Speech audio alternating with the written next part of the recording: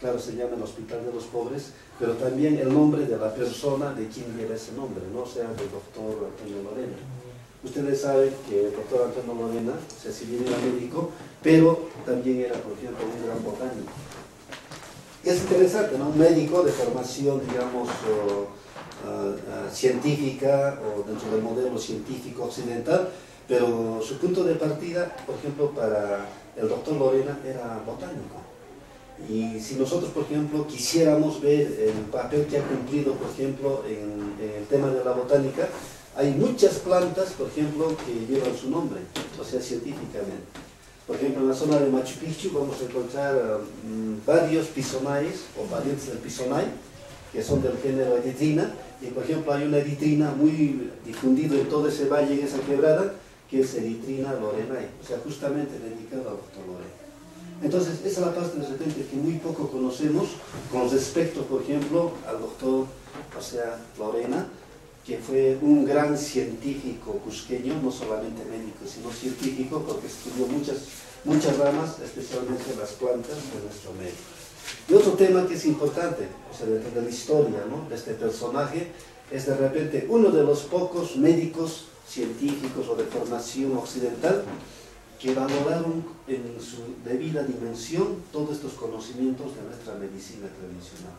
Es más, no solamente lo valoró, lo puso en práctica, sino además, o sea, defendió en algunas ocasiones algunos atropellos que cometió el Colegio Médico del Cusco. Estamos hablando de hace, no sé, 50, 70 años, y si ustedes revisan la historia, por ejemplo, de la medicina herbolaria en el Cusco, van a encontrar un personaje entre los muchos, ¿no? Tenemos al señor Eláez, que era uno de los últimos, al papá de Feli Moscoso, que también era un gran herbolario, ¿no es cierto?, todavía inclusive de principios del siglo anterior, y vamos a encontrar otro personaje importante, ¿no? Por ejemplo, Gervasio Luna.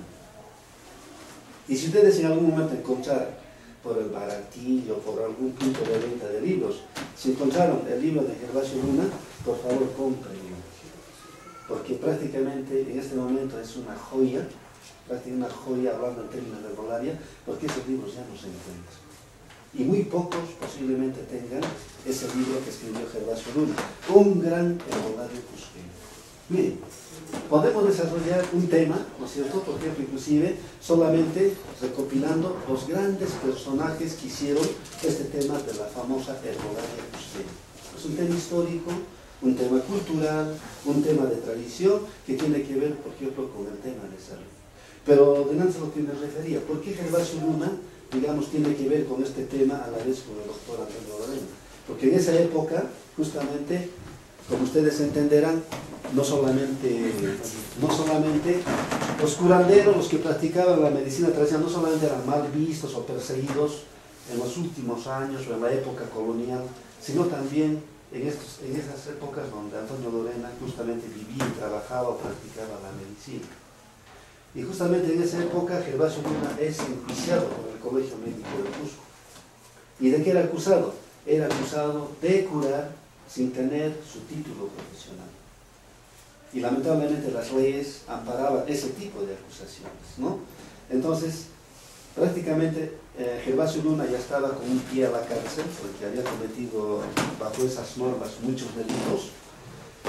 Y cuando se estaba debatiendo este tema en el Colegio Médico del Cusco, entre todos los médicos que todos acusaban a Gervasio Luna, el único que se levantó y lo defendió fue Antonio Lorena.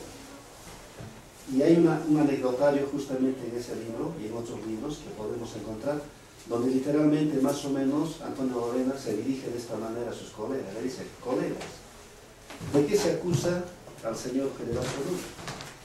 Y todos al unísono, ¿no?, porque practica la medicina sin tener una autorización legal.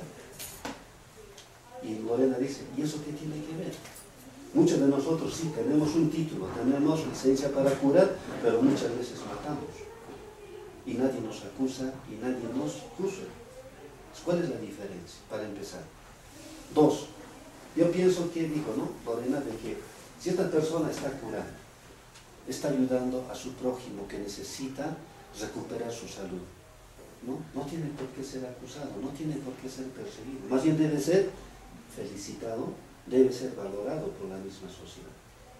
Y esa opinión le valió la salvación de Gervasio Luna, prácticamente porque Lorena era respetado en esa época como una persona, más que como médico, una persona íntegra, una persona con muchos valores. Y tenía mucho peso su opinión a nivel de la opinión pública en ese tiempo. Pero mire, entre todos los médicos, el único que lo defendió fue aquel que realmente era el verdadero científico. La verdadera persona que tenía valor, digamos, moral para poder decir, acusar o no acusar con respecto a un problema. Es la anécdota entre Gervasio Luna y, por ejemplo, Antonio Lorena. Entonces, Antonio Lorena, por hablar de hospital, ¿qué importancia tiene? ¿No? El mismo nombre del personaje que lleva. Muy pocos en el Cusco pues elaboramos este tema. Es un tema histórico, ¿no? Y es más, es un científico, como decía, reconocido a nivel mundial. Incluso mira, un médico que tiene muchas plantas que han sido dedicadas a él, inclusive por científicos a nivel mundial. Hay muchas, por ejemplo, no solamente tipos de pisonai, sino otras especies que vamos a ver en muchos libros que tiene, por ejemplo, su nombre o su apellido, por ejemplo, Lorena. Entonces, eso dice mucho para hacer, por ejemplo, para hacer historia de una persona, por ejemplo, como el doctor Antonio. Entonces, eso quería aprovechar para que veamos que lo que hemos visto es una parte de repente interesante que nos puede también servir como un punto de referencia de los temas que podemos nosotros involucrar si es que en algún momento pudiéramos elaborar un circuito, por ejemplo, turístico de estos lugares, por ejemplo, que hay en la ciudad del Cusco, ¿no? Tenemos el Biohuerto del Antonio Lorena, ahí tenemos para hablar muchas cosas de historia, ¿no? Sería interesante. Ahora, los otros lugares que hemos visto también, consultorios, donde se está practicando, por ejemplo, estos temas de medicina natural en general, ¿no? A ver, de parte de ustedes, de repente, posible, porque cada uno tiene una percepción diferente, o hay un tema que más le ha encantado, le ha gustado, le ha traído. De lo que hemos escuchado de estas personas en este video, o sea, ¿qué es lo que más de repente les ha impactado, les ha encantado, o de repente hay cosas que todavía faltan ampliar un poquito más, ¿no es cierto?, o conversar más?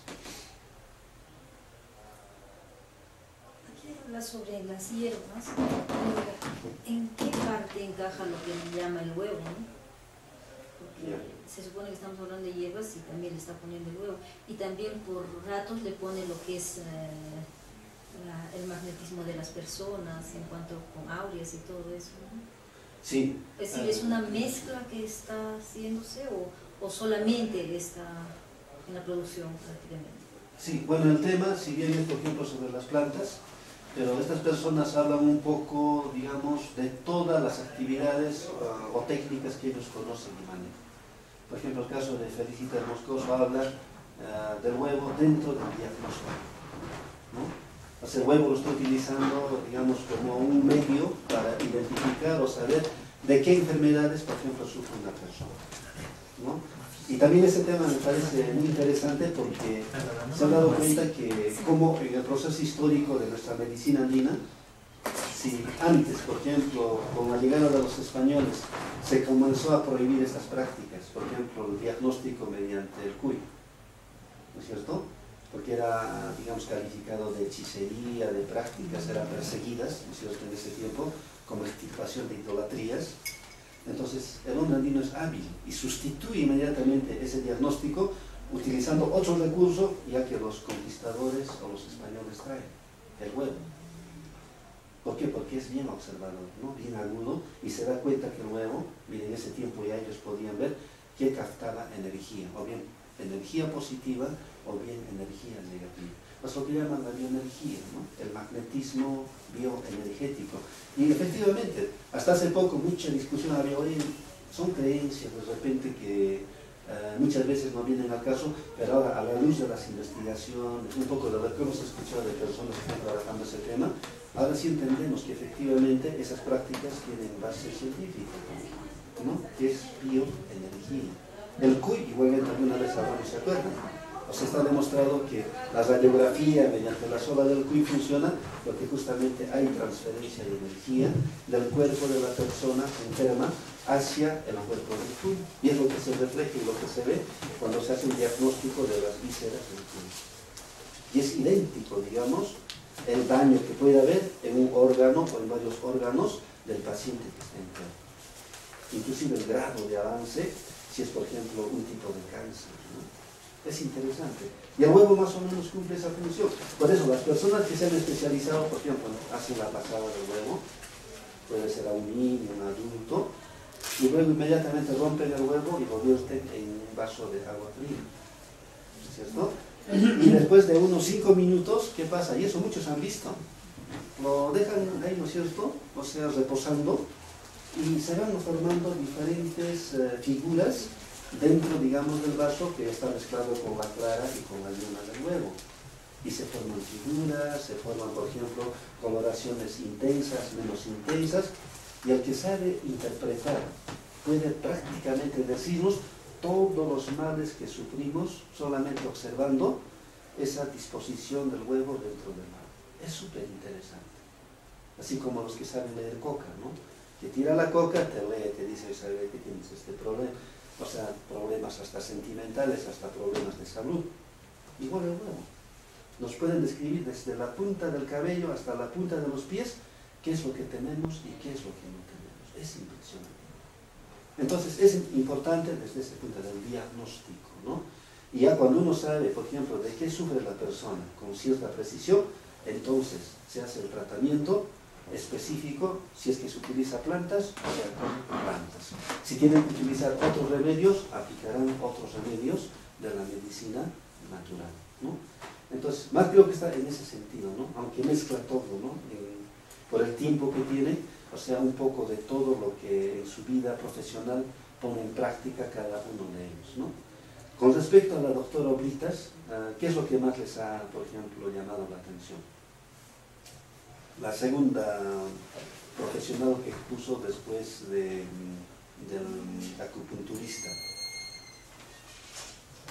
Lo que dijo de que, por ejemplo, la medicina tradicional china, o sea, no es lo que, bueno, en realidad no es exclusivamente los chinos, sino que también nosotros hemos poseído, digamos, desde nuestros ancestros. ¿No? O sea, bueno, la pirámide que está dibujado lo hemos tenido, o sea, lo hemos tenido y lo seguimos conservando. Claro, ese término de comparación que es interesante, ¿no? Por ejemplo, también que después se recalque en algún momento, y por ejemplo, la clasificación térmica, por ejemplo, de las enfermedades, la clasificación térmica, en el caso nuestro, por ejemplo, de las plantas, de los alimentos, hasta de muchas dolencias. Por ejemplo, cálido, fresco. En la medicina china es el yin o el yang, o yang, yin, viceversa. O sea, energía, ¿no? Entonces, hay, por ejemplo, cosas bastante interesantes, o sea, que tienen mucha similitud, por ejemplo, en un principio, pero efectivamente cada cultura tiene una diferencia muy particular. Por ejemplo, estoy totalmente de acuerdo. La medicina china practica, por ejemplo, el diagnóstico por el pulso, pero es muy diferente la técnica del pulso chino al pulso andino. Por ejemplo, lo que practican los curanderos tradicionales, ¿no? Entonces, hay, por ejemplo, similitudes en la técnica, pero en la práctica misma, por ejemplo, cada uno tiene una particularidad muy propia. Y es interesante porque, mira, la cultura china estaba tan distante en ese tiempo, imaginémonos nomás hace 800, 900 o 1000 años atrás. No había contacto entre Asia y América. Los chinos practicaban su medicina y en los Andes nuestras culturas también practicaban su medicina. Y miren, tenían cierta similitud, ¿no?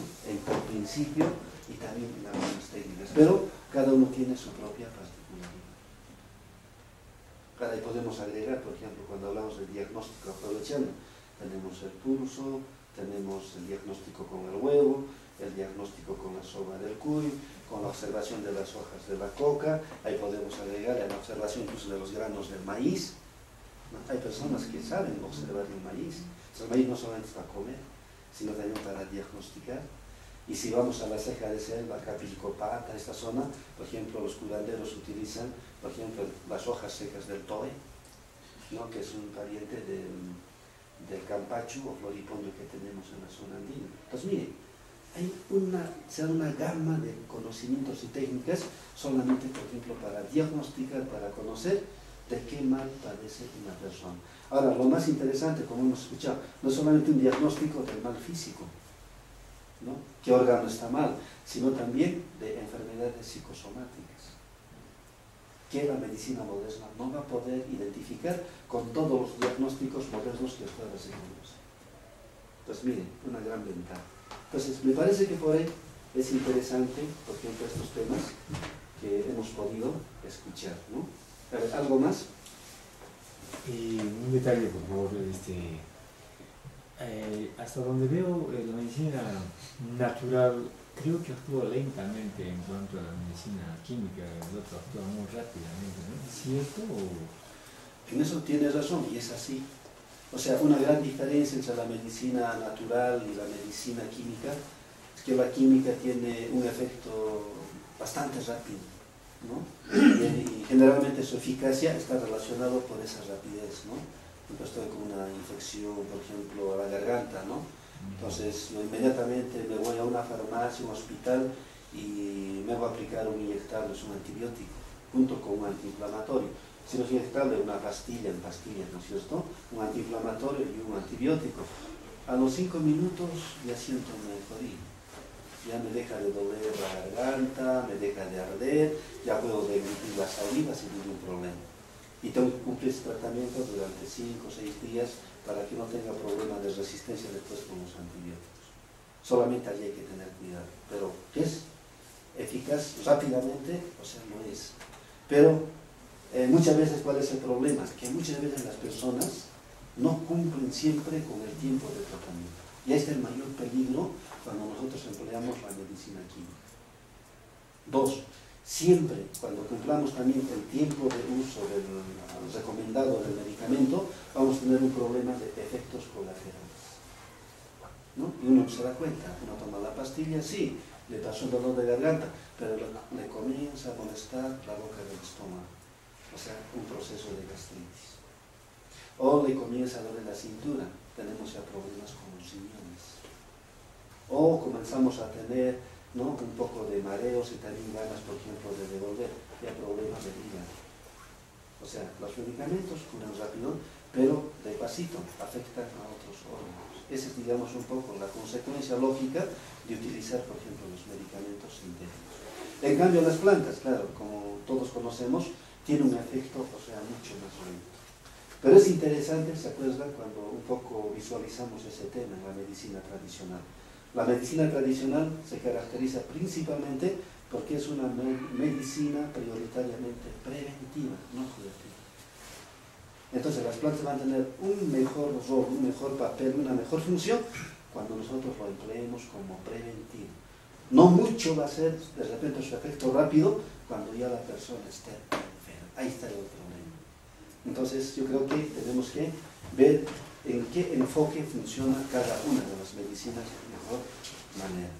Que va a curar, sí, como ¿no?, hemos mencionado, pero va a ser un poco más lento y por un tiempo más prolongado. Entonces hay que tener paciencia, hay que tener perseverancia, que de curar nos va a curar, pero el proceso es más lento, ¿no? Por ejemplo, si tengo una amigdalitis, yo siento ya, por ejemplo, por el frío que hace, ¿no?, un pequeño ardor, escozor, y es principios de amigdalitis, o sea, de una infección bacteriana.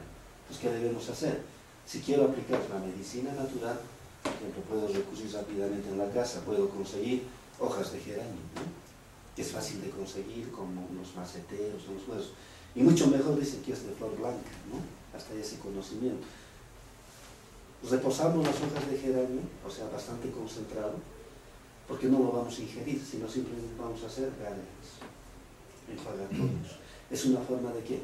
De eliminar las bacterias que están empezando a producir la infección de las amígdalas. Pero no va a ser con un solo tratamiento el efecto, digamos, antibacteriano, sino requerimos por lo menos 3, 4, 5 días, sin fallar, sin dejar, seguir ese tratamiento. Nos va a seguir doliendo, nos va a seguir fastidiando, pero el tratamiento, digamos, la recuperación va a ser gradual también.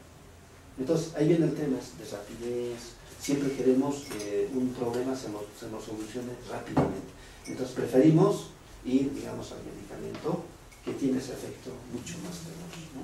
Pero en ambos casos se puede utilizar siempre y cuando tengamos en claro cómo funciona, cómo es el mecanismo en cada uno de ellos. Ahora, qué ventajas, qué desventajas también es bueno poner sobre la balanza.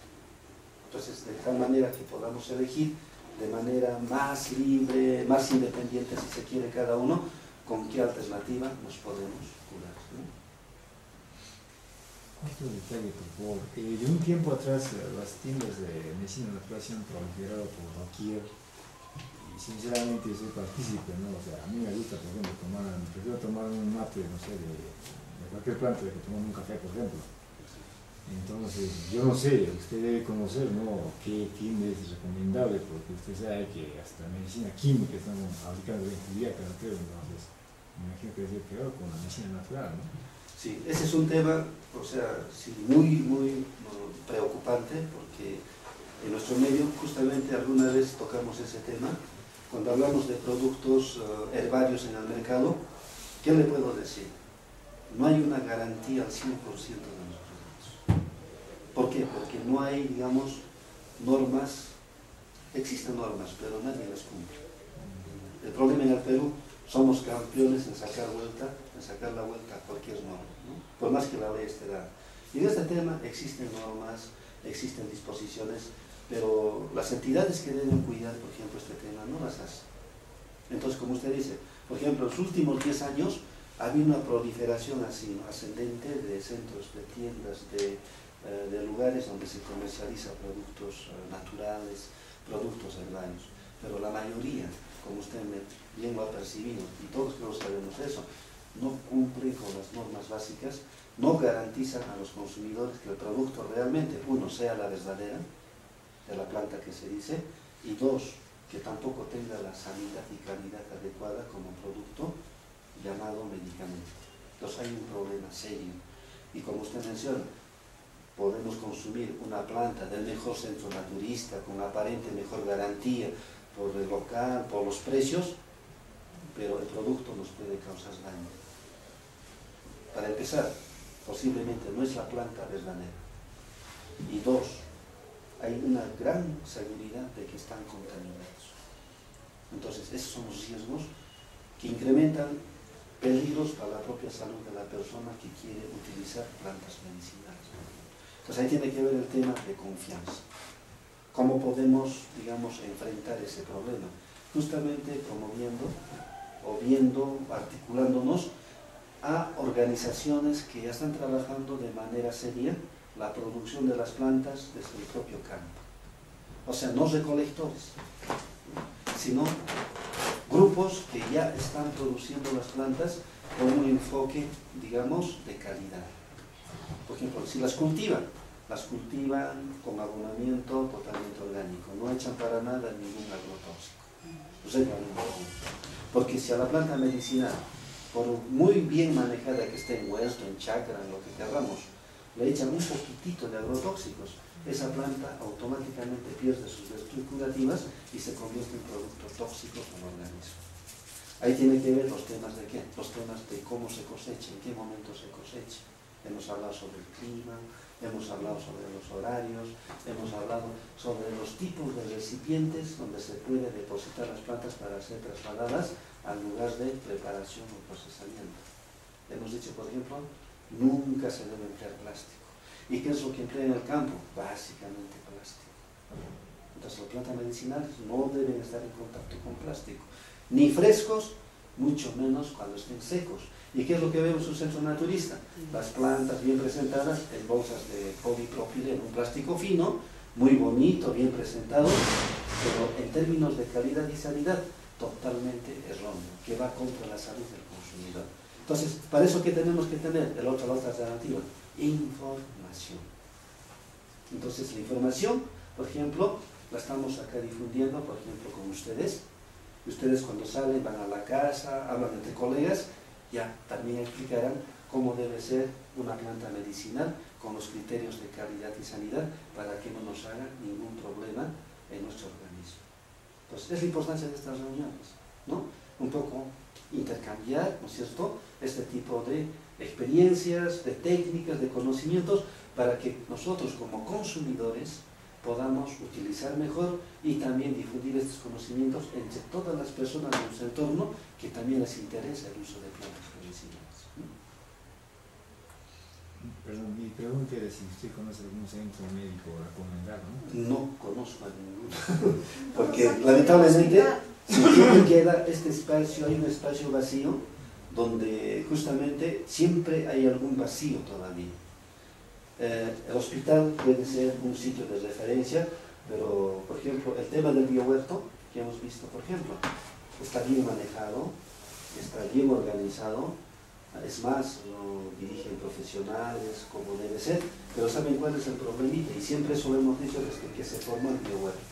El biohuerto de Antonio Lorena se formó con un fin didáctico, de jardín botánico, como el de San Francisco, pero no para uso. Y lógico, no puede usar una planta que está cultivada dentro de un hospital, porque hay N cantidad de microbios, de bacterias, de virus, de hongos y patógenos. Entonces, en ese lugar va a cumplir una función demostrativa, ilustrativa, educativa, pero no puede ser un centro de producción. Y eso lo hemos planteado siempre. Pero, ¿se da cuenta? Porque hay que simplemente cumplir que funcione el área de medicina complementaria, pues, o sea, hay que operativizar la producción, la cosecha de lo que hay en el huerto, y lo deshidratamos o lo transformamos y se va recetando a los pacientes. El médico está cumpliendo su función, pero ¿cuál es el problema? Que la materia prima tiene un alto riesgo de contaminación bacteriana o micótica o viral. Entonces, miren, son cosas interesantes. Por eso tenemos que indicar, cada cosa debe estar en el lugar que le corresponde. Eso se llama control de calidad. Ya, ISO 9000, 14000, lo que quieras, ¿no? O sea, de eso se trata. Pero mire, una cosa tan elemental puede hacer que ese sistema no sea aprobado con los criterios de calidad. Ubicación. Nosotros en el Valle Sagrado tenemos un centro de producción. Ya nos estamos moviendo, miren, solamente en 15 años aproximadamente, ya 3 veces del valle. ¿Por qué? Problema de contaminación. Es que los productos que nosotros comercializamos tienen que tener certificado orgánico para el mercado externo, que son más exigentes y más cuidadosos en este tema. Y cuando llega el proceso de certificación en campo, en las zonas de producción, nuestra planta, por ejemplo, ya no puede estar cerca a lugares, por ejemplo, urbanos, porque hay problemas de contaminación de diferentes fuentes. Por lo tanto, el sistema de control, el HAT, el ISO, etc., ya no aprueba. Solamente mira la ubicación. ¿Qué tenemos que hacer? Levantar el centro de producción cada vez que viene, digamos, ya la cancelación de la zona, porque ya se urbanizó, ya se ubicó cerca de la zona un botadero de basura municipal. Miren, cosas terribles. Y esos son lugares donde llevamos hasta turistas, ¿no? O sea, no hay una coherencia entre estos criterios, o sea, medioambientales, salud, y mucho menos con lo que es, por ejemplo, belleza paisajística. Por ejemplo, Pisa, por ejemplo, es un problema serio. Uno sale, por ejemplo, por el lado, bueno, ubicándonos con la población, por el lado a la margen izquierda del río, en la dirección de la población, a la Rinconada, como quien va hacia San Salvador. Uno voltea esa partecita, está un tremendo población de la vergüenza. Entonces, miren, el tema es, yo diría, por un lado, múltiple, pero es bueno tener presente para sugerir, para poder hacer algo desde donde estamos, ¿no? Entonces, ese es un riesgo permanente, o sea, el problema de contaminación, el problema, por ejemplo, de falta de manejo correcto de recursos, como es el caso de las plantas medicinales. Entonces, es así, miren, un ejemplo, otra idea para ustedes como profesionales del turismo, que pueden articular estos temas para ofertar a personas que están interesadas en este tipo de temas, ¿no? Entonces, por ejemplo, viene un norteamericano que quiere saber cómo es la pasada del huevo, y sería una persona que practique y conoce. Para el mancharisco. Para el mancharisco, ¿no? O de repente quiere ver cómo en un centro hospitalario hay un biohuerto, ¿no es cierto?, donde hay plantas, están manejando plantas, tiene sus letreritos ilustrativos, y hay gente que le gusta, que quiere conocer esa experiencia. Cómo se está articulando la medicina científica con las medicinas tradicionales, por ejemplo. Es otro tema interesante. ¿Por qué? Porque en el Perú hace más de 10 años ya tenemos una ley que debe promover ese tema. O sea, ya hay una ley hecha por el Congreso, aprobado por el gobierno, que dice que se debe articular y complementar todos los conocimientos de las medicinas tradicionales con la medicina occidental. Entonces, una forma, entre las muchas, es este biohueso, es la única que existe un hospital en el Perú. En el Perú. Entonces, ¿hay importancia o no para llevar a gente interesada para que dé esa experiencia? Como hablaba del Jardín Botánico de San Francisco, es una de las pocas en todo el Perú como jardín botánico. Entonces, ese cliché de jardín botánico llama la atención y hay mucha gente interesada en poder visitar ese lugar. Y así podemos hablar de otras zonas, por ejemplo, lo que no vimos, o vimos sí prácticamente, que no vimos en la conferencia que preparé para las jornadas que tuvieron un Covitur sobre la microcuenca Cachimayo, ¿no? O sea, el valor biológico de esa microcuenca, la flora, la fauna, el clima, porque la parte cultural histórica la abordaron otros profesionales, pero no logramos exponer porque se acuerdan, hubo problemas con las regiones, sus villas y tanto problema.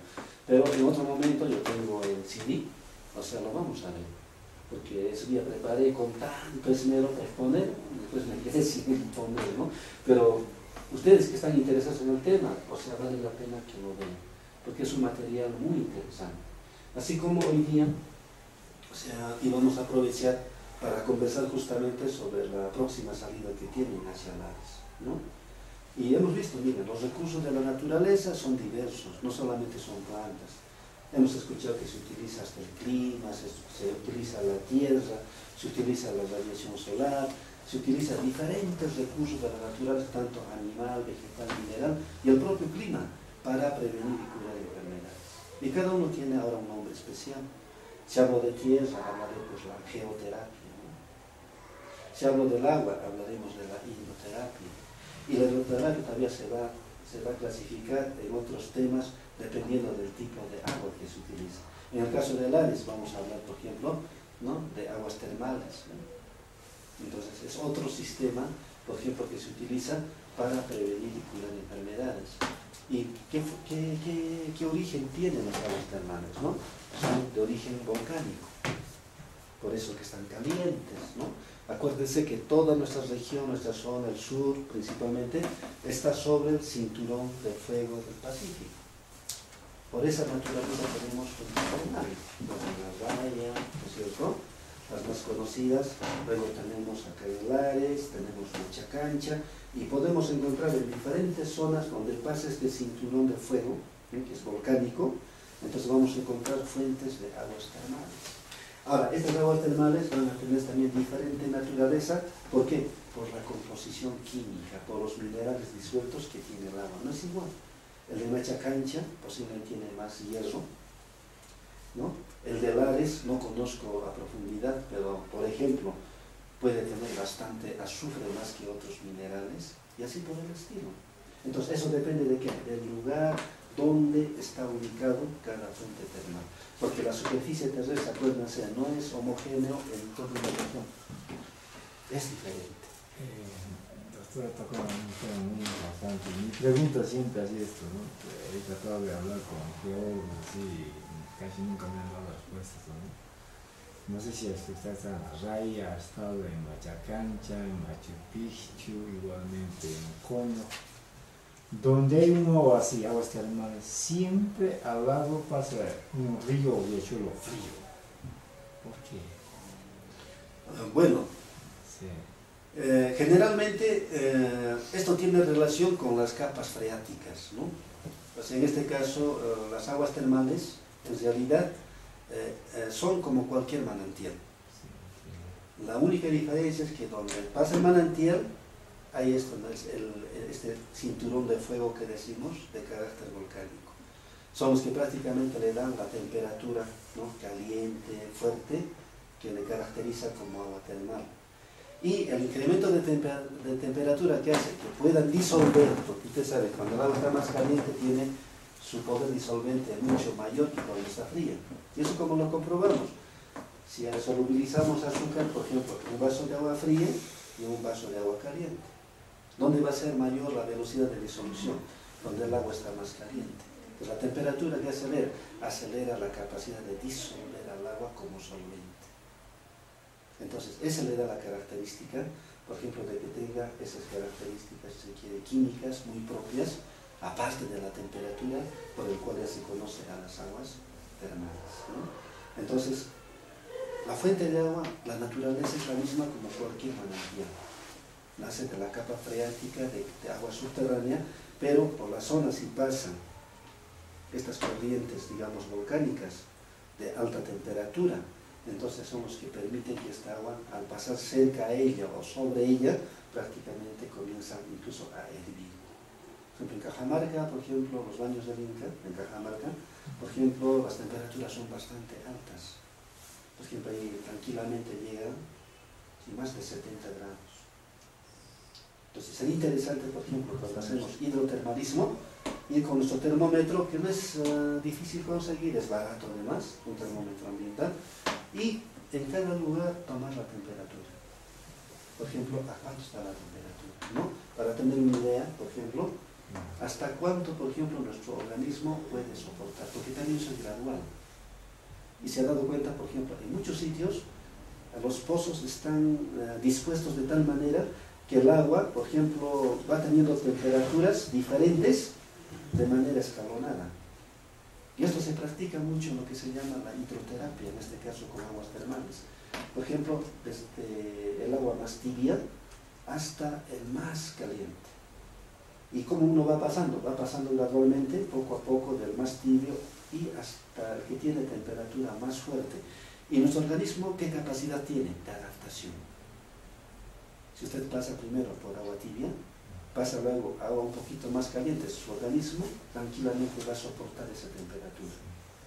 Que sería muy diferente que de golpe se vaya al agua caliente.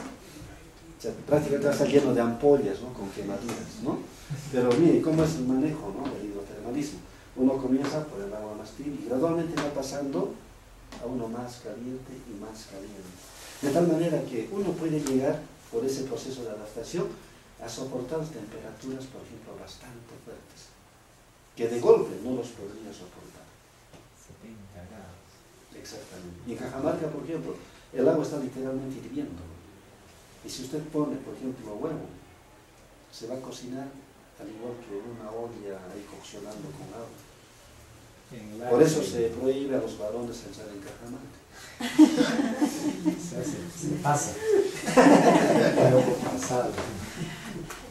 Doctor, ¿y el cambio brusco que hacen del agua caliente a la fría? Esta es parte de la hidroterapia, ¿no? O sea, es el cambio, por ejemplo, que se utiliza agua a diferentes temperaturas, por ejemplo, cambio brusco, ¿no? De caliente a frío, ¿no? ¿Eso qué permite? Permite, por ejemplo, contraer por un lado y luego dilatar los vasos sanguíneos. ¿Para qué? Para mejorar la irrigación sanguínea en todo nuestro organismo. ¿Se acuerdan que en algún momento conversamos que muchos problemas que tenemos de salud parten por el tipo de sangre que tenemos? En la sangre se acumulan toxinas por los alimentos que muchas veces consumimos con aditivos químicos, alimentos muy artificiales, colorantes, saborizantes, etc. ¿Dónde van a parar? A la sangre. Entonces, ¿la sangre qué pasa? La sangre va, digamos, tomando una consistencia cada vez más espesa. Y la circulación, por lo tanto, va a ser más lenta. Y eso, si le agregamos, por el problema, digamos, de no depurar la sangre por tiempos bastante prolongados, la formación de sarro, que llamamos colesterol. Y las arterias, las venas se van achicando. Y eso va a terminar en un aneurisma, si es pequeño, en vasos, y para un paro cardíaco si es en las arterias. Entonces, miren, es un problema simplemente de falta, digamos, de purificación o depuración de la sangre, que se puede realizar mediante plantas depurativas, y dos, mediante este proceso de mejorar la irrigación utilizando, en este caso, la hidroterapia. O sea, si estamos, por ejemplo, con un chorro de agua caliente y inmediatamente pasamos a un chorro de agua fría. Entonces, ese cambio brusco de temperatura hace que con el agua caliente los vasos sanguíneos se dilatan y con el agua fría se contraen. Entonces, hacemos ejercicio, contraemos, dilatamos. Entonces, la sangre, ¿qué pasa? La sangre va bombeándose mejor por todos los tubitos que tenemos en todo el organismo. O sea, básicamente la función del agua fría con agua caliente en cambios bruscos es mejorar, digamos, la circulación sanguínea por vasodilatación. Esa sería la explicación de la hidroterapia con cambio de temperatura. Ahora, otra explicación de repente, inclusive en algún momento les comenté, por ejemplo, hay clínicas naturistas que utilizan la termoterapia, o sea, agua caliente, por ejemplo, para el diagnóstico de cáncer. Y esto, por ejemplo, lo practica un coreano que radica en España, tiene su clínica en España, y él ha determinado una técnica interesante combinando el agua caliente y luego un tratamiento natural para poder eliminar los tejidos cancerosos. ¿Y cómo determina? Miren, y eso podemos nosotros poner en práctica. Él coloca al paciente en una tina, ¿no?, donde gradualmente va subiendo la temperatura del agua. Por ejemplo, cada 5 minutos. Incrementa más grados, y el organismo se adapta. Hasta que llegue un grado de soportabilidad de la persona, digamos una temperatura máxima, donde ya no se puede incrementar más. Pero es suficiente. Después pide que el paciente se levante del agua. ¿Y qué es lo primero que observa? En el abdomen, en la espalda, en el cuello, donde se pueda visualizar fácilmente. Las células cancerosas se van a visualizar como si estuvieran más inflamadas que las células normales, o sea, como una quemazón por insolación. Entonces se va a ver claramente el perfil, la sombra, cuál es el tamaño del tejido canceroso. ¿Y qué hace este médico? Como ya tiene visualizado, porque toda célula cancerosa no resiste a altas temperaturas, es más sensible, la diferencia es con la coloración que toma las partes con células cancerosas. Entonces puede marcar un marcador, puede ubicar exactamente el tamaño, la ubicación del tejido canceroso. ¿Y cuál es el siguiente tratamiento que hace este señor? Ya tiene preparado el extracto, miren, el extracto que obtiene de las semillas molidas y filtradas de todas las plantas de las familias de las rosáceas, principalmente los frutos. ¿Cuáles? La manzana, la pera, el durazno, el capulín. Miren, lo que desperdiciamos, ¿no? Porque comemos y botamos. Pero miren, la medicina natural, ¿qué importancia tiene? Se muele la almendra y luego se filtra, se extrae un líquido, ¿no? Un extracto como si fuera un aceite natural. Este señor, ¿qué hace? Coge ese extracto, una jeringa, y luego inyecta en la parte donde ha presentado mayor intensidad de coloración, por ejemplo, la piel. Para él significa que ese es el núcleo del tejido canceroso. Inyecta. Pasa un día y 2 días, ¿qué pasa? Que ese tejido esa área comienza a necrosarse internamente, como una gangrena. ¿Qué significa? Que el líquido que inyectaron de estas semillas tienen ácido clorhídrico natural y tienen la capacidad de eliminar, de matar estas células cancerígenas. El tejido comienza a morir, como se hace una herida y se hace carne muerta. Entonces, lo que él hace en el siguiente paso es abrir un drain, ¿no? Hace un corte en la parte central y comienza, como cualquier herida, comienza a ajustar físicamente para que comience a botar por el drain todo ese tejido muerto. Claro, con pus, con sangre muerta, etc. Pero ha logrado eliminar tumores íntegros de esa manera. Pero miren, termoterapia y fitoterapia mediante el extracto de las semillas, por ejemplo, de estos frutos de la familia de las rosas. Miren, la naturaleza es interesante, ¿no? Solamente a veces nos falta un poco de observación, o más que todo en el caso nuestro, recoger el conocimiento tradicional que tenemos por todos sitios, en la parte cultural. Y con toda seguridad, ahí vamos a encontrar este tipo de experiencias posiblemente, o otras más novedosas que ni siquiera conocemos. Sí. Entonces, es un reto, ¿no? Por eso el grupo, el taller, tiene esa tarea, ¿se acuerdan? Están leyendo permanentemente, están buscando información. Y si encontramos algo novedoso, traemos acá, lo compartimos, lo socializamos y lo discutimos, ampliamos la patente, ¿no? Entonces me parece muy importante por eso su participación.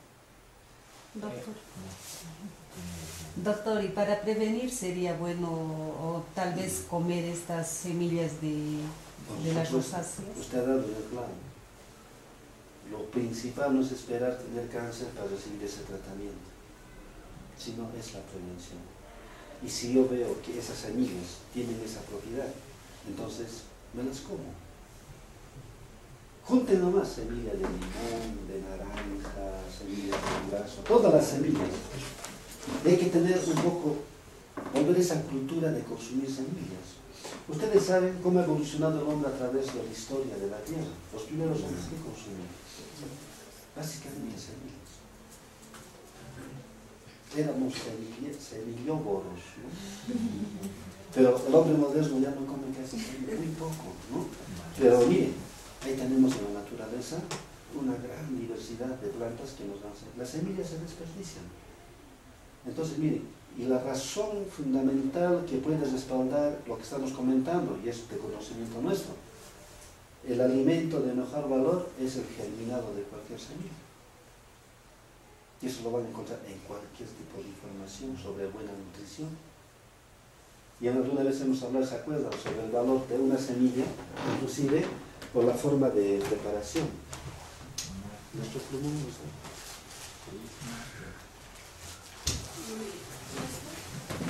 Por favor, si podemos tomar el agua, Sí. El agua, agua del cielo. y su agua, doctor, creo que están produciendo ustedes agua. Sí. Y hay que tener, hace poco es un artículo, hay que tener mucho cuidado. El agua está bien, el problema es el envase. Como es plástico, nos habla mucho del plástico. El plástico, por naturaleza química, por más que acá tengamos agua, con el tiempo siempre va a haber un proceso de desprendimiento de sustancias tóxicas hacia el agua. Ese es el problema. ¿Y saben cuándo se incrementa el peligro? Cuando esta botellita, por ejemplo en el caso de ustedes, por la cuestión de viaje, estar en el campo, se puede calentar demasiado.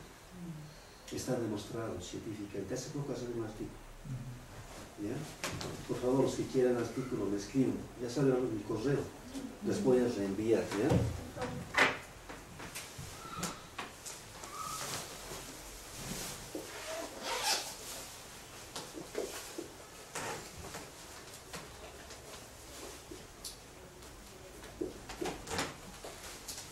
Entonces, bueno, tener vuestros correos, ¿para qué?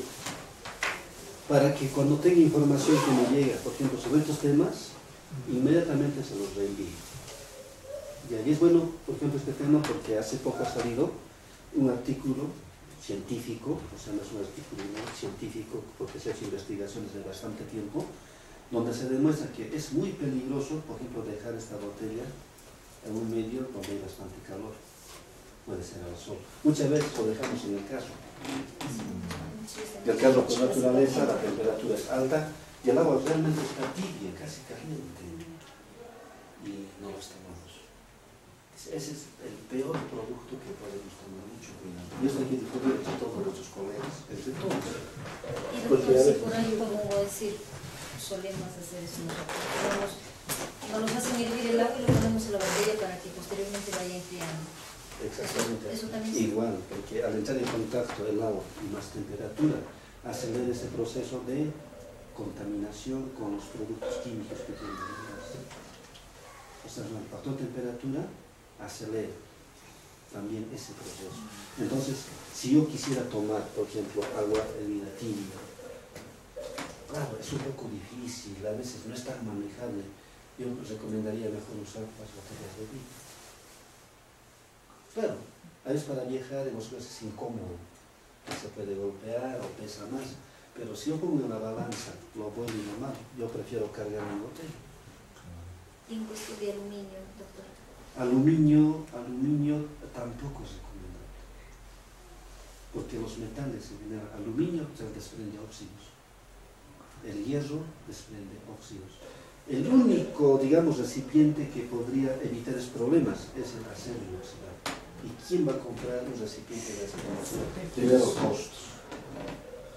Entonces yo prefiero, ¿no?, recomendar, al final, hasta tener, digamos, un recipiente de arcilla bien protegido, que sería mucho más sano, porque al envasar, por ejemplo, el agua pura, por ejemplo, en un recipiente de cerámica, de barro, adquiere más bien propiedades más benéficas que tiene el propio agua. El solo contacto del agua con la arcilla, porque la arcilla tiene su naturaleza química, es un producto natural, tiene sílice, tiene aluminio, o sea, natural, tiene otros, hasta tiene aminoácidos. Y es impresionante. Entonces, cuando es en contacto con el agua se enriquece.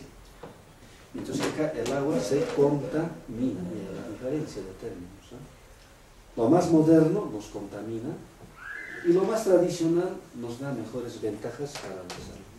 Es una tarea interesante para probar. Entonces un poco ahora generemos ideas, a ver qué estrategia podemos tomar para tener un envase al 100% saludable para nuestros hijos. Entonces ese tema les voy a enviar sobre el plástico, que es súper preocupante. Y hay que tener mucho cuidado. Entonces, mire, de preferencia hay que promoverlo nosotros, ¿no? Volver a usar productos naturales. También los envases, pues, ¿qué vamos a hacer? ¿Qué vamos a hacer? Porque no tenemos otra alternativa. No tenemos otra alternativa. Entonces, claro, que nos da una tarea que nos preocupa, por supuesto, pero ahí está el reto. ¿Qué debemos hacer para nosotros mismos, para empezar? ¿No? Aprovechando de la arcilla, yo les quería comentar, por ejemplo, que hace poco habéis hecho un trabajo científico, por ejemplo, en Bolivia. En Bolivia, por ejemplo, se ha hecho un trabajo sobre esta arcilla que se come acá, la arcilla blanca que se llama chaco. Y el chaco es una arcilla, digamos, ancestral, que se utiliza no ahora, sino los incas, del collao, muchas culturas andinas, donde hay naturalmente este producto, lo han consumido como producto alimenticio y como producto medicinal. ¿Y qué han investigado los bolivianos? Los bolivianos están más identificados con su cultura peruana. Han hecho un trabajo de investigación en la universidad, si es en la San Andrés o en la de San Simón de Cochabamba, para ver cuál es el valor nutritivo del chaco, aparte de las propiedades medicinales que ya se conocen. Por ejemplo, es el oxalato de aluminio, que es el equivalente a la milanta comercial. Pues, ¿para qué vamos a tomar milanta? Mejor me como mi chaco con un poco de papa. Y puedo curarme los problemas que tengo con la gastritis o con las úlceras digestivas, sin efectos colaterales y sin gastar mucho dinero. Esta investigación que ha hecho Bolivia, ¿qué datos nos dan, ¿no?, como interesantes? Que aparte de tener el oxalato de aluminio, que cumple la función medicinal, tiene aminoácidos iguales, por no decir mejores, que la kiwicha. Bien, eso ha revolucionado ahorita el mundo de la alimentación. Entonces, un producto potencial ahorita de exportación, por ejemplo, va a ser el chaco. Porque cuando los gringos escuchan estos temas, inmediatamente ya están articulando el tema de comercialización. Así como hace poco salió el tema del sachainchi. El sachainchi se ha convertido en un producto ya de lujo, porque ya es todo de exportación. Esa es la desventaja, ¿no? Cuando el producto se demuestra que es bueno, inmediatamente la demanda hacia afuera crece y el producto se va para afuera. Claro, porque hay mejores precios, etc., ¿no? El producto le conviene. Pero, ¿qué hacemos nosotros para que también acá la población y nosotros mismos podamos beneficiarnos de esos productos? La vez pasada les había comentado, ya en sí, la sachainchi ya es un producto inalcanzable, es escaso para el mercado interno. ¿Con qué podemos sustituir nosotros para poder los mismos efectos benéficos que tiene el sachainchi? ¿Qué nos interesa en el sachainchi? Este producto muy famoso en el mundo, omega 3, el omega 6, el 9, el 12 son. Y los omegas son ácidos grasos benéficos para nuestro organismo. ¿Y dónde están? Básicamente en semillas. Miren, otra vez, miren, semillas. Entonces, ¿en qué semillas? Sachainchi, que ahorita tiene, digamos, difusión mundial, porque en Francia ha ganado 3 años consecutivos como el mejor aceite nutritivo y medicinal. Pero encontramos alternativas. Por ejemplo, si no tengo plata para comprar sachainchi, y si tengo, no hay en el mercado local, entonces puedo recurrir a qué cosa, a la calabaza. La calabaza sí tenemos, las semillas muchas veces la botamos, y la semilla de la calabaza tiene igualmente omega. Si no tengo calabaza, porque es muchas veces estacional, ¿qué puedo conseguir, por ejemplo, durante todo el año? ¿No? Porque la vez pasada conversábamos, linaza. Linaza es fácil de conseguir, no está muy caro, y miren, en composición de omegas, la linaza tiene 48% de omega, mientras que el sacha inchi está más o menos por los 37%. Lo más caro tiene menos omega. Es simplemente falta de información. Porque un producto entra de moda y bueno, ocupa, digamos, mercados, pero muchas veces no se analiza de repente que hay otros productos que tienen mucho más alto valor, ¿no?, con la misma composición química que nos interesa. Entonces, ¿qué les recomiendo? No es sacha inchi, pues consumamos linaza. Linaza es fácil de conseguir. ¿Y cómo es la recomendación? Consumir 3 cucharillas de linaza, o sea, cruda, consumirlas masticándola, como tostado. ¿Sí? ¿Hay que tostarlo? No, masticarlo así crudo, sin tostar. Y doctor, ¿qué es cierto que la linaza quita la vista? Muy buena pregunta. Entonces acá nos permite ver una segunda cuestión que es importante diferenciar. ¿No? Yo tengo la linaza en cocimiento, ¿no es cierto? Cuando hacemos hervir, lo que llamamos emoliente. ¿Qué propiedad tiene? Propiedad desinflamante, generalmente, ¿no? Para todo el sistema digestivo. Para eso tomamos, porque cuando hervir la linaza va a salir una sustancia flemosa, mucilaginosa, es el principio activo que actúa como desinflamante, fresca. Esta es la linaza hervida en agua. Cuando hiervo, acá lo que estoy aprovechando, ¿qué cosa es? Estoy aprovechando, digamos, si se quiere, el mucílago, que es la flema, el mucílago de la planta. Pero al hervir, estoy perdiendo ¿qué cosa? Estoy perdiendo el omega. Entonces, una planta me puede dar diferentes beneficios dependiendo para qué lo empleo. No me dará todo al mismo tiempo. Pero si yo quiero la linaza como fuente de omega, yo no puedo hervirlo ni tostarlo, sino consumo crudo. Tiene la diferencia. Acá no voy a tener problema de mucílago, por lo tanto, no me va a afectar la vista.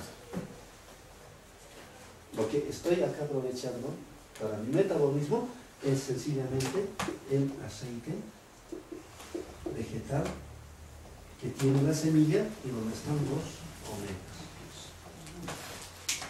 Entonces, otra explicación que podemos aprovechar de este tema: todo aceite vegetal, por principio, si yo quiero utilizar con beneficio para mi salud, debe ser consumida cruda, no en fritura, nada de cocción, porque el propio aceite que utilizamos en casa, al momento de preparar una fritura, este aceite ya ha perdido todo su valor, en primer lugar, curativo. En segundo lugar, va a adquirir, conforme utilicemos la cantidad de veces en frituras, va a comenzar a convertirse en aceite trans, o sea, tóxico, cancerígeno. Entonces, por eso, mucho cuidado con las frituras. Y mucho más cuidado cuando consumimos en la calle, porque no sabemos cuántas veces el mismo aceite está siendo reutilizado para freír diferentes productos. Entonces ahí tenemos un riesgo. Entonces, si queremos el efecto de salud benéfico de un aceite, de cualquier aceite, de linaza, de sacha inchi o el propio aceite que compramos en la casa, de preferencia hay que consumirlo también, ¿no? También de manera cruda en las ensaladitas, ¿no? Para poder aprovechar los valores nutritivos y medicinales que tiene. Entonces, miren, hay cosas interesantes que podemos aprovechar con cosas sencillas que tenemos a la mano. Entonces, la linaza, si yo tomo el cocimiento como desinflamante, como emoliente, sí, tomo por mucho tiempo, ¿sí?, como usted preguntaba, si va a causar efectos laterales disminuyendo la capacidad visual. Entonces, ¿cuál es la recomendación? Ninguna planta en general, si se utiliza en cocimiento, infusión, o sea, llamado los mates, por ejemplo, no se debe tomar de manera continua más de 15 días.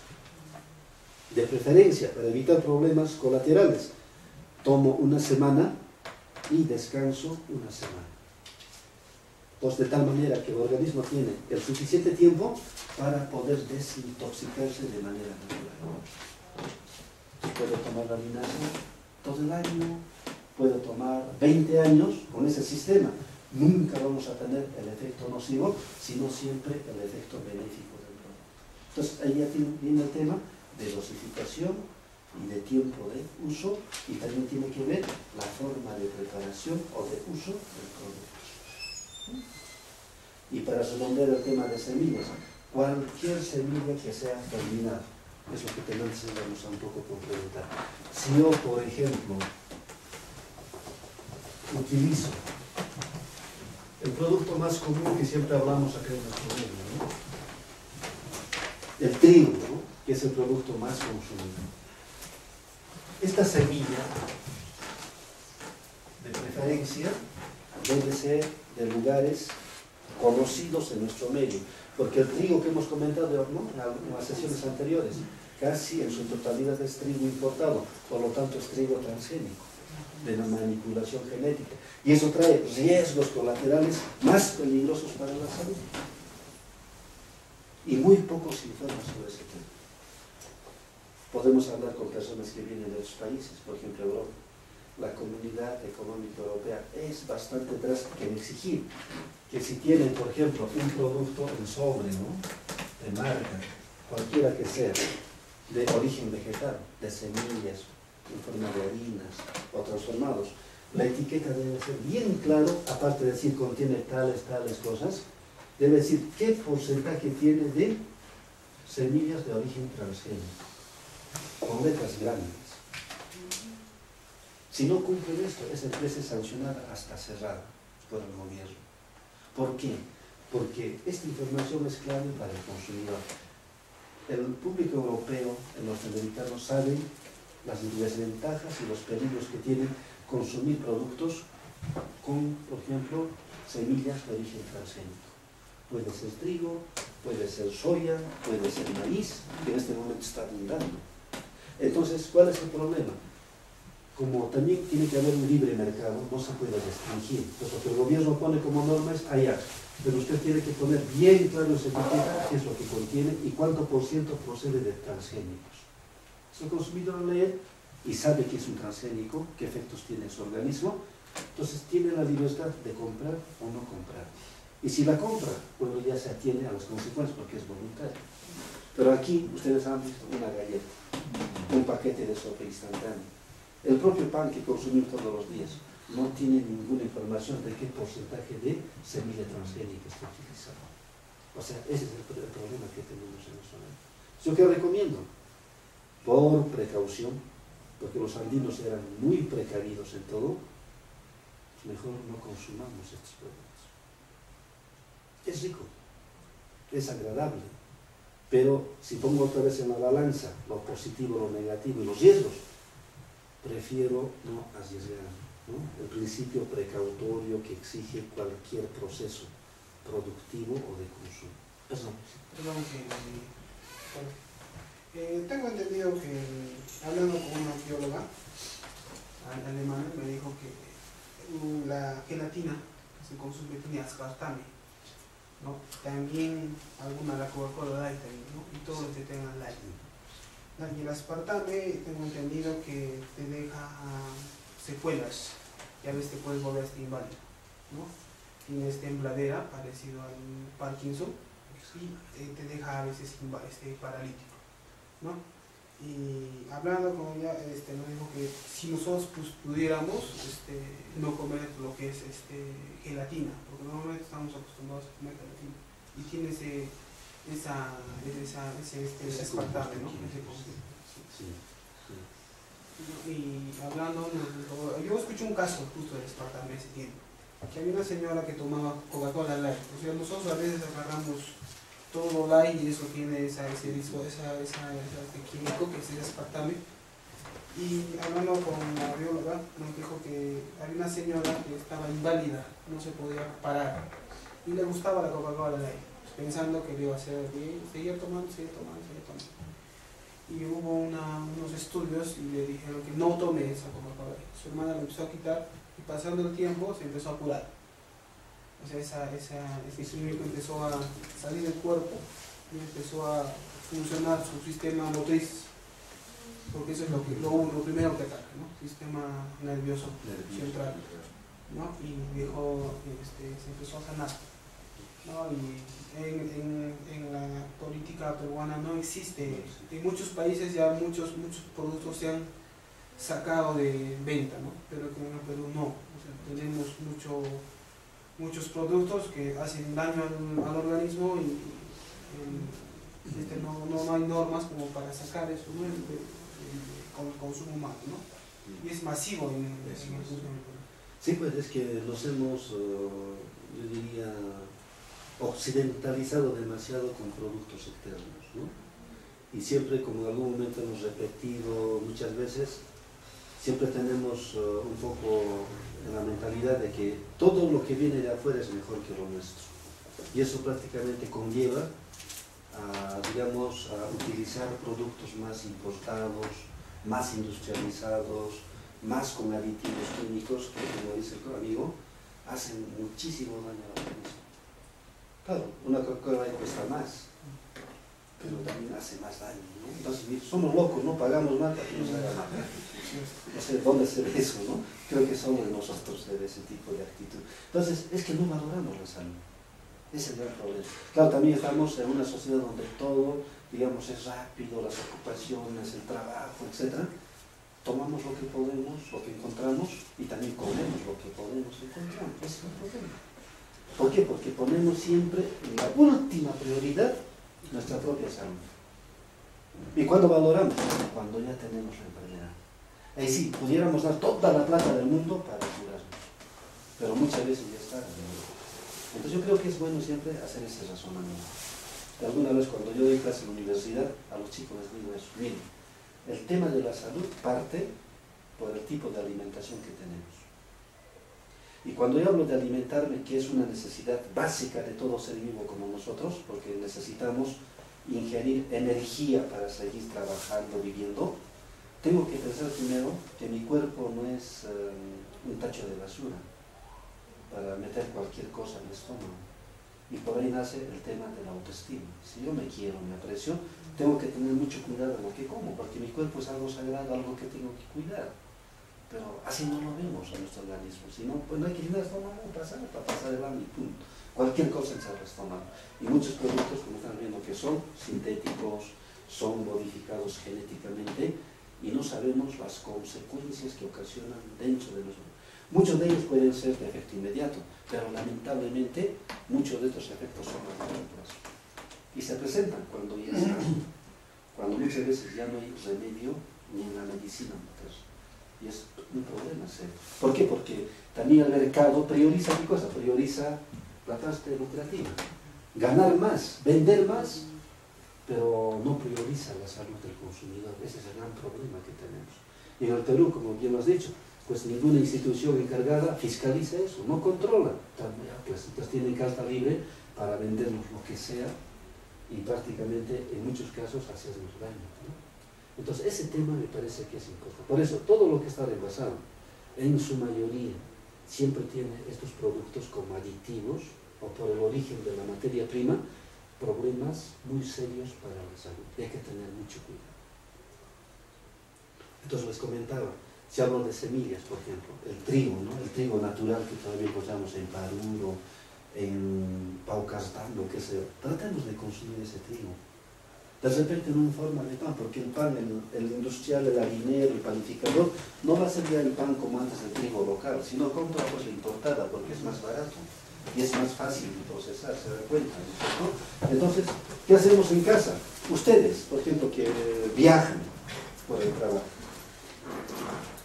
prefiero que se compre trigo de producción local de los campesinos, lo tuestan, si quieren lo convierten en harina y se llevan como harina para poner a los alimentos donde van a tomar vuestro desayuno. El pito, ¿no? El pito. Mucho más nutritivo. Mucho más nutritivo. Y no solo, una sola harina, puede ser una mezcla de diferentes harinas. Acuérdense, por ejemplo, del famoso sanco, sobre el cual ya hemos perdido conocimientos y costumbre de consumo. O sea, los incas, por ejemplo, una buena base de alimentación tenían con base al sanco. Pues es interesante recuperar qué harinas, por ejemplo, eran combinadas para el consumo del sanco.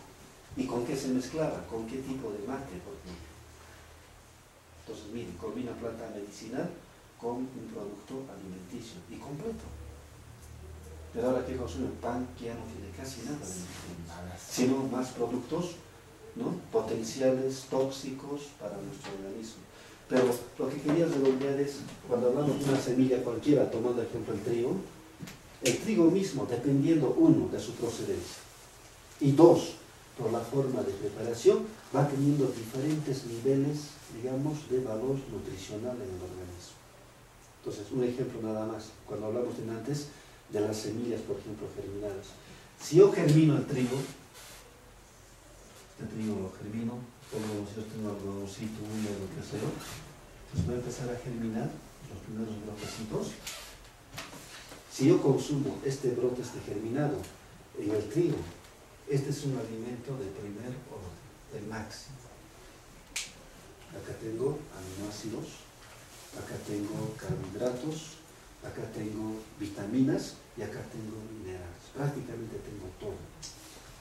Y eso mismo ocurre si germino quinoa, si germino cebada, cualquier semilla que se pueda consumir. Siempre el germinado va a estar en el primer orden de valor nutritivo de cualquier producto. Ahora, este trigo, digamos así natural, ¿no es cierto?, lo preparamos ¿en qué forma? Por ejemplo, en la casa de manera tradicional. Se hace lo que es el popular jarvisca, tostadito leve, lo movemos o lo chacamos, hacemos por ejemplo una lagüita o una sopita de trigo chancado, ¿no es cierto? Entonces ya esa forma de preparación ya está, digamos, en un nivel de segundo orden. Si yo ese trigo, además en la casa, ¿no?, todo esto lo muelo de manera natural y hago mi pan integral, todo natural, ya ese pan está ya en el tercer orden de valor alimenticio nutritivo. Ahora, si ese pan es como se procesa lo que consumimos comúnmente en nuestro medio, ya pan refinado, de harina refinada, modificada, ya entra, digamos, en el cuarto orden de valor nutritivo alimentario. Y si esa harina de trigo ya ha sido mucho más refinada, transformada, las pastas, los fideos, las pizzas, etc., y es un alimento del quinto orden, ya no tiene casi nada para alimentarnos. Entonces, miren, un mismo producto, miren, interesante, dependiendo de cómo se prepara y se consume, va a tener mayor o menor valor nutritivo. Entonces, ustedes elegirán de qué manera pueden aprovechar mejor cualquier producto en la casa. Entonces, de cualquier de esas formas, por lo menos hasta el tercer orden, sería interesante. Pero el cuarto y quinto ya no hacen ningún beneficio al organismo, sino nos traen de repente perjuicios a nuestra salud. Entonces, miren, es interesante visualizar de esta manera el valor nutritivo de una misma planta, de un mismo producto. Entonces, esto nos permite priorizar o ver cómo podemos aprovechar un producto determinado. Disculpe, ¿cómo se podría consumir el trigo germinado? Así como germinado y... Exactamente. Por ejemplo, si tengo el germinado, de preferencia se debe consumir cruda, claro, y por supuesto, la forma de preparación va a ser las ensaladas. Ahora, algunos he visto, por ejemplo, que se tiene germinado y, por ejemplo, lo licúan. Y eso no se debe hacer. Porque hemos hablado, ¿se acuerdan cuando hablamos de plantas medicinales? Una planta, por ejemplo, no puede estar en contacto con metal. Porque al momento de estar en contacto con metal, cambia su propiedad nutritiva o curativa. Por eso, si yo quiero, por ejemplo, en la casa, el ejemplo que siempre ponemos tradicional, Siempre por tradición en Cusco, los fines de semana vamos al mercado en familia y tomamos nuestros jugos. Si no los preparamos en casa, ¿no? Jugo de zanahoria, de cualquier fruto. Ese jugo ya no tiene valor biológico. Puede ser como agua de tiempo, que sea como refresco, pero no tiene ya la propiedad nutritiva ni medicina, porque al estar en contacto con la licuadora, con las heces de la licuadora, o con la extractora, se fueron vitaminas, se fueron minerales, se fue todo. ¿Y qué tomamos? Prácticamente basofia. Y gastamos plata, pagamos cuánto cuesta un jugo. Pero dice, pero ya ¿cómo voy a preparar un jugo de zanahoria? Dios y la naturaleza nos ha dado piezas dentales y hay que utilizarlos, hay que masticarlos. Entonces, si hablo forma de consumo, también puedo poner así, primer orden, masticar. No triturar, no licuar. O sea, estamos en una sociedad tan facilista que todo quiere un poquito más, que otro mastique y no nos ponga la boca.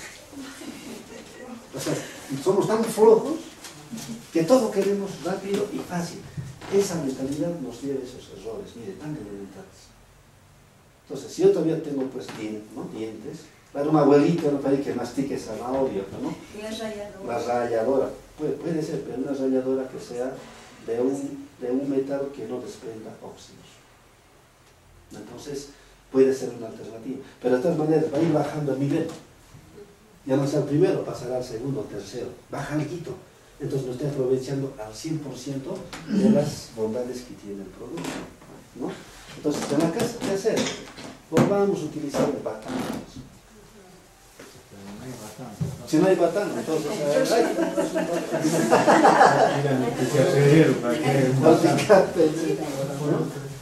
o en todo caso, en todo caso el consumo de las frutas es el estado natural directo. Exactamente. Sí.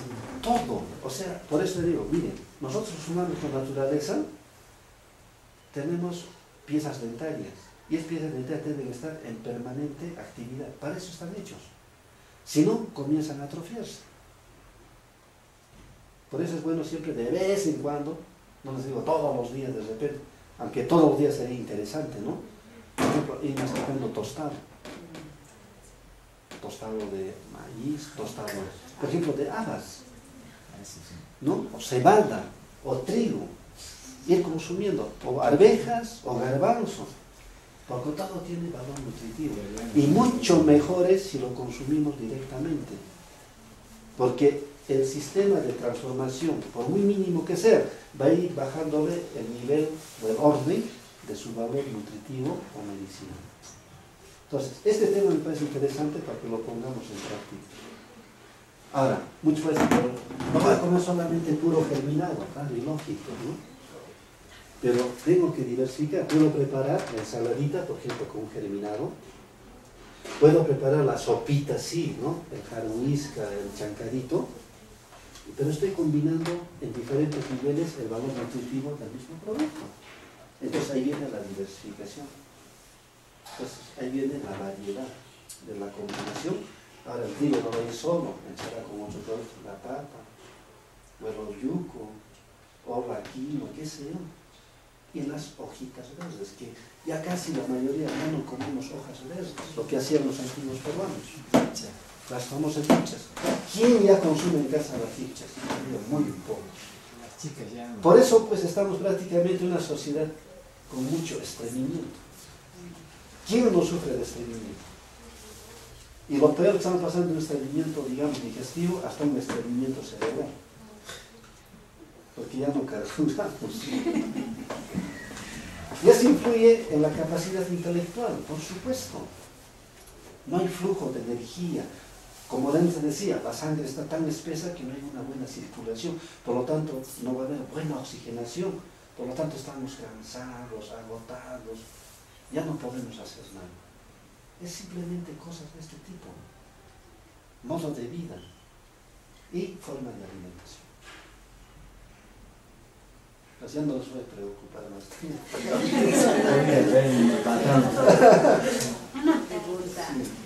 ¿Cómo uno se puede desintoxicar cuando consume, por ejemplo, pastillas para la gripe, Ya. una cantidad? Claro, a veces es necesario, es imprescindible tomar fármacos. O sea, nadie va a decir, solamente con planta, no, eso sería algo ilógico también. Pero si al momento amerita la situación, es necesario que una persona tenga que tener tratamiento de antibióticos o de medicamentos de farmacia. Entonces ahí viene la práctica de cómo disminuir el efecto colateral de los productos químicos y desintoxicar al organismo. ¿Cómo? Utilizando plantas. ¿Se acuerdan? En sesiones anteriores hemos hablado de una planta por excelencia, la mejor depurativa. Manayupa. Por favor, todos debemos tener manayupa por lo menos una vez al mes. Depurativa. Elimina las toxinas de la sangre. Y si elimina toxinas de la sangre, va a eliminar cualquier origen de enfermedad que pueda aparecer en el organismo. Y dos, nuestro organismo estará más ágil, más lúcido para nuestro trabajo. Hervido, reposado. Manayupa solamente es reposado. Entonces, cuando ustedes están en campo, viajando, trabajando, llévense un matecito de manayupa. Si no consiguen manayupa, porque es estacional, ahora está con el frío, ya va secándose. Entonces tenemos los pilli, lo que en español se llama también diente de león, que es más, digamos, abundante durante el año, es más fácil de conseguir y no tiene, como he dicho, ningún efecto colateral. Pueden tomar 1 litro, 2 litros por día, no pasa nada, es mucho mejor. Entonces pueden tomar, por ejemplo, agua de pilli, si no hay, por ejemplo, manayupa. Y esta planta tiene la propiedad justamente depurativa, de limpiar la sangre, de limpiar el sistema linfático, que son los lugares por naturaleza donde se acumulan las toxinas que ingresan a nuestro organismo mediante principalmente la alimentación. Solamente reposado, ¿no? Solamente reposado. Pilli, si son hojas, reposado. Si son raíces, hervir. Entonces tomen eso, por favor. Y van a tener menos problemas y también van a ahorrar bastante dinero en estar comprando productos sofisticados que cuestan mucho dinero y que hacen daño, ¿no? Y en cuanto a frutas, doctor, ¿hay frutas que desintoxiquen el cuerpo? Por naturaleza, casi toda fruta tiene propiedad desintoxicante. Entonces, por eso es bueno consumir también las frutas, pero hay una recomendación que me parece interesante. En nuestro medio las frutas se consumen, por ejemplo, como parte del menú de la dieta que tenemos, al final, por ejemplo, del almuerzo. Es una costumbre, no recomendable. Las frutas, para que cumplan esa función depurativa, nutritiva, medicinal, ¿no es cierto?, por la composición que tiene, debe ser consumida 1 hora antes de los alimentos. Y siempre es bueno consumir la fruta, cualquier fruta, en la mañana antes del desayuno. Por lo menos media hora antes del desayuno y al mediodía 1 hora antes del almuerzo. Esa es la mejor forma de aprovechar cualquier fruta. Porque si consumimos después sobre los alimentos que hemos ingerido, la fruta se va a convertir en un potencial tóxico, porque va a entrar en un proceso de fermentación y se van a producir toxinas en nuestro estómago. Pues miren, a veces hay prácticas no adecuadas, por costumbre. Entonces esas costumbres tenemos que cambiar. Entonces ustedes ya saben, fruta nunca después de los alimentos. Ni la manzana. Ninguna fruta. La manzana dice que baja la grasa. Pero sí, pero cualquier fruta no. Igual, porque usted tiene ya las grasas, en cualquier momento ya está dentro del organismo. Entonces va a tener un mejor efecto la manzana si consume antes de los alimentos principales. ¿Va a actuar a nivel de qué? A nivel de la sangre. Va a limpiar colesterol malo. Va a bajar triglicéridos. Entonces mire, en la alimentación está la solución a muchos problemas de salud. Entonces no es necesario llegar a un hospital, ¿no? A lo que tocaba aquí muchos colegas, hablando de la gelatina, nos puede dar una... Sí. ¿Y por qué no, que como ya hablaba, algo malo de lo... Sí, generalmente todo producto envasado. ¿Por qué? Perdón, porque después de las intervenciones quirúrgicas en hospitales, Entonces hay una cosa muy importante, ¿no? Así como hemos hablado del trigo, por ejemplo. Hay dos tipos de trigo ahora en el mercado. Un trigo natural y hay un trigo transgénico. Entonces, ¿yo qué debo elegir? El trigo natural. Igualmente en el mercado tengo una gelatina al 100% químico, sintético, porque todo es en base, digamos, a productos químicos, porque ya no hay, digamos, nada natural. Por lo tanto, el mismo gel ya no es natural, es sintetizado. El colorante que se utiliza en la gelatina ya no es natural, es sintético. Es un colorante con un código inclusive específico. El saborizante, sabor a piña, fresa, ¿no? Ya no es natural, es otro producto sintético. Ahora, además de eso, le agregan una sustancia preservante. Y el preservante tiene la función, como su nombre dice, que el producto no se malogre un tiempo bastante corto, que dure bastante tiempo. Años, mucho mejor, porque es lo que quiere, digamos, el mercado, que no se malogre el producto. Pero al poner un preservante no están pensando en la salud del consumidor, sino el tiempo que el producto no se malogre y puedan venderlo sin ningún problema. Y los conceptos son diferentes. Entonces, un producto con esas características, con toda seguridad, va a ser dañino en vez de ser benéfico para el organismo. Entonces, yo que prefiero, si quiero gelatina, efectivamente en el hospital, cuando un paciente está en proceso de recuperación, convalescencia, uno de los productos más recomendados es la gelatina. Entonces, la gelatina de patitas.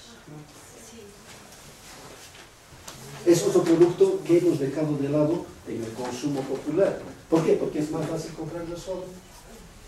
Todo el sobre nos gusta. La sopa en sobre, la gelatina en sobre, los refrescos en sobre, ya todos estamos ahí mecanizados. Pero ya no preparamos algo natural. Por ejemplo, la chicha morada hecha de maíz, muy poco ya preparamos. O, por ejemplo, un refresco hecho, por ejemplo, con tumbo, o con papayita serrana, o con otras frutas que tenemos en el medio, ya no preparamos. Es factor tiempo otra vez. Entonces siempre es bueno decir, ¿qué prefiero? Porque me falta tiempo, consumo esto, pero asumo estos riesgos, estos problemas para mi salud, o prefiero darle un poquitito de tiempo, de paciencia, de trabajo, y preparo de esta manera. Y ustedes se van a dar cuenta que un producto preparado naturalmente es mucho más rico, es mucho más agradable, tiene un aroma más, digamos, también más atractivo para el propio consumidor. Porque un producto sintético uno lo hastía. ¿Se han dado cuenta? Uno no puede estar con un producto por mucho tiempo porque uno se hastía, porque el organismo ya rechaza por naturaleza, porque el organismo está embotado, está intoxicado, ya no lo acepta. Y es una reacción natural del cuerpo, defenderse mediante este tipo de mecanismos, de sentir ya rechazo a esos productos. En cambio, un producto natural puedes comer cuanto sea, no te vas a hastiar, porque el organismo no lo rechaza. Pero hay algo más accesible, creo, para muchas personas, que es las patitas de pollo. Y tiene también la misma consistencia, claro. En la gelatina, nosotros, por ejemplo, de manera natural, ¿qué es lo que, digamos, utilizamos? Tanto en la patita, por ejemplo, de ganado vacuno o de pollo. Es básicamente ingerir este producto, el colágeno. ¿Y qué es el colágeno? Es una proteína que tiene la función de soporte, digamos, de estructura en nuestro tejido cartilaginoso, en nuestro tejido óseo, en nuestro tejido muscular. Entonces, es una proteína que tiene función estructural, función de soporte de nuestro organismo. Entonces, por eso es necesario el consumo de colágeno. Ahora, ustedes se acordarán ¿Es un producto natural o químico? El colágeno es natural, pero el colágeno es la patita de pollo. La gelatina de patita que hacemos es colágeno, es un producto natural, pero esta es una proteína natural. Es una proteína. Por eso es bueno consumir una gelatina hecha de manera natural, porque estamos consumiendo proteína, y la proteína es necesaria para nuestro organismo. Es mucho más para qué? Este colágeno es necesario para que no tengamos problemas en las articulaciones. Cuando ya estamos a cierta edad, ¿se acuerdan? Ya las rodillas comienzan a sonar como bisagras oxidadas. Es ya disminución del colágeno. Porque ya no consumimos colágeno, o estamos consumiendo artificial. y que más bien este reduce justamente al colágeno natural que tenemos. Entonces miren, la gran importancia de diferenciar y de valorar cada tipo de alimento, ¿no? Ahora, otra recomendación, cuando tenemos problemas ya de líquido sinovial en la rodilla, que es el líquido como aceite que engrasa, ¿no es cierto?, las articulaciones, semilla de linaza. Justamente es el que repone el líquido sinovial que con el tiempo va disminuyendo en las articulaciones. Pero como no consumimos eso, pues vamos a acabar con artrosis en el tiempo. Porque hueso con hueso están raspándose por falta de lubricación, por lo tanto acabamos con artrosis. Nos van a tener que poner ahí, ¿no?, un dispositivo artificial para poder seguir caminando. Entonces hay que tener mucho cuidado. Ustedes por trabajo caminan bastante y tienen que cuidar justamente nuestras piernas. ¿Cómo van a cuidar? Con este tipo de productos